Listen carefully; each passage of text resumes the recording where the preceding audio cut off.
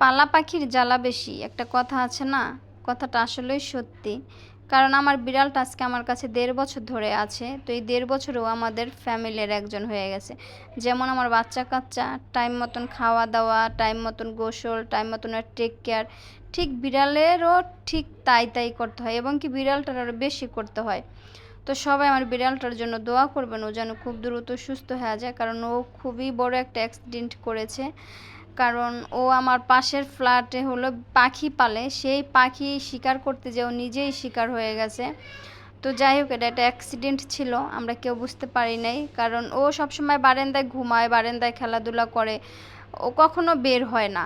কিন্তু ওই যে কালকে যে পাখি ছিল ওনাদের ওই বারান্দায়, ওই পাখি ধরার জন্য যে গিয়ে ও নিজেই এরকম একটা অ্যাক্সিডেন্ট হয়ে গেছে। আর একদম ৭ তলার থেকে পড়েছে, যেহেতু আমার বাসা ৭ তলায়, ৭ তলার থেকে একদম নিচে চলে গেছে। তো খোঁজাখুঁজি করে ঘরে কোথাও পাচ্ছিলাম না, তখন ওর বাবা ছাদে গেছে, ছাদেও দেখে নাই। আবার বাসায় আসছে, বাসায়ও নাই। ও যত গভীর ঘুমেই থাকুক না কেন, ওরা যখন একবার ডাকি ও সাথে সাথে বের হয়ে আসে, ঘুম চোখ নিয়ে। কিন্তু কালকে যত ডাকাডাকি করতেছে কোনো কাজই হচ্ছে না, কারণ ও তো বাসায়ই নাই। দেন আমার মেয়েও বারান্দার থেকে দেখছে যে ও একদম নিচে পড়ে আছে, আবার ওর বাবাও দেখছে যে উপরে থেকে যে নিচে পড়ে আছে।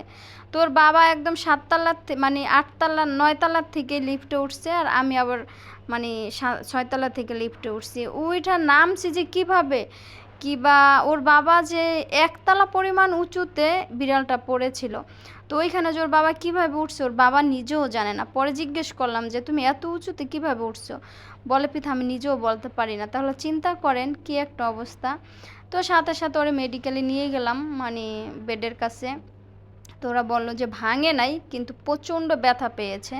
তো সবাই আমার বিড়ালটার জন্য দোয়া করবেন, ও যেন কথা বলতে পারছে না, ও একটা পশু প্রাণী, কিন্তু বলেন কেমন একটা অবস্থা। তো চাই ও খুব দ্রুত সুস্থ হয়ে যাক, সবাই ওর জন্য দোয়া করবেন। তো ৩-৪ দিন ওরে নিতে হবে ডাক্তারের কাছে, প্রতিদিন একবার করে নিয়ে যেতে হবে। আর কিচ্ছু খাচ্ছে না, সেটা তো দেখলেনই, হাত দিয়ে কীভাবে সরাইয়া দেয়।